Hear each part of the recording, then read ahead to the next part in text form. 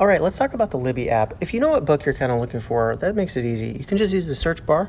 Let's go ahead and find a book. Let's look for The Inner Life of Animals here, and let's go ahead and borrow this book. Now, Libby has a built-in e-reader, which makes it really easy to read on the go. So we're going to load this one up and take a look. All right, so this is what it looks like. If you go ahead and click on the chapter headings here, you can see all of the chapters that they have. Otherwise, one of the menu buttons is the little A, which stands for appearance. That gives you options for what you want it to look like. You can pick all kinds of different themes. Let's go back here now and find a book that isn't in so I can show you what the holds look like. So let's go back and search again for The Hidden Life of Trees. So both of these copies aren't available. Let's go ahead and take the audiobook one. And now that should be on hold for us, so it'll notify us when it comes in.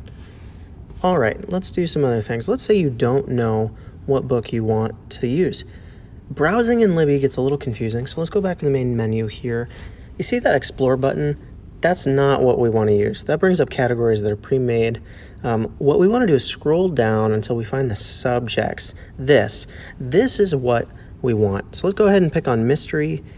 And using the top headings, we're going to filter this down even further. So let's pick Thriller. Let's go down and pick YA books.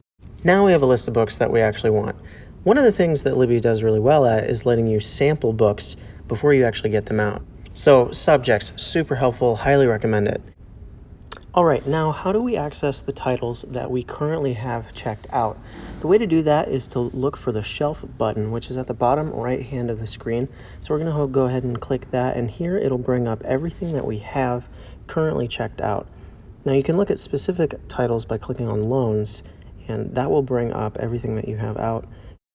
The shelf is also the place where you can return items that you aren't using. So let's go back to your loans, and let's go ahead and click Manage Loan here. Let's go ahead and return that one early since we won't be reading it. All right, and that is a brief overview of Libby. Hope it helps.